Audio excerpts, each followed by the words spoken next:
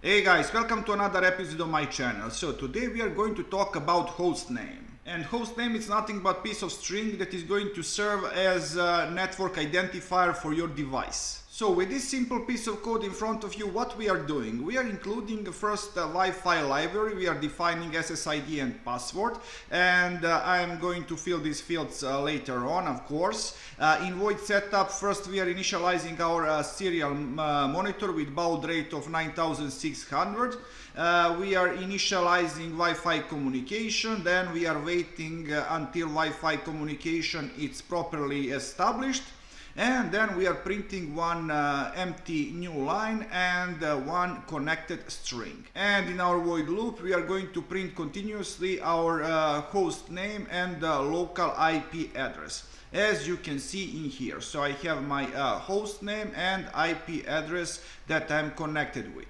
And what is actually so interesting in here? Let me show you my router interface.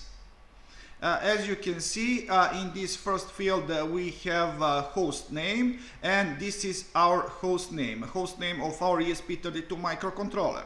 In second column you can see its MAC address, and in third column you can see IP address. So everything match up. But now, what if you have like 10 or 15 ESP microcontrollers on your network? These generic names are actually not self-explanatory. You would like to add some custom name. And that is actually quite simple thing to do. Let me show you. So it's important that you do that before your Wi-Fi begin. And not only that, it's important to be before your Wi-Fi mode, Wi-Fi STA. So what I'm going to do, I'm going to create one string, call it host name, and I'm going to add name, kind, spirit, technology, something like this. And then I'm going to use function Wi-Fi set host name, and I'm going to provide host, but we have to use function cstr in order to convert this string into char array. But it's not host, it's host name.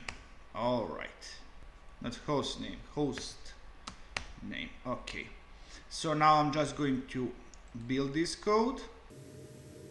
Oh no, I forgot about SSID and password. So I'm going to fill these two fields, and later on we are going to continue.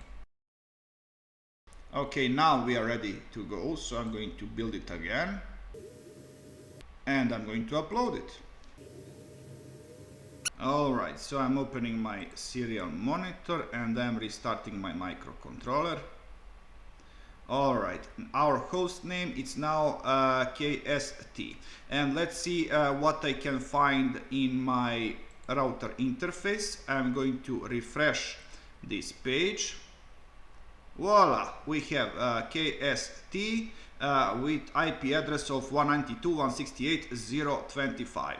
So guys, that's all for this episode. I hope that you learned something new, something interesting. So please like, subscribe, and see ya!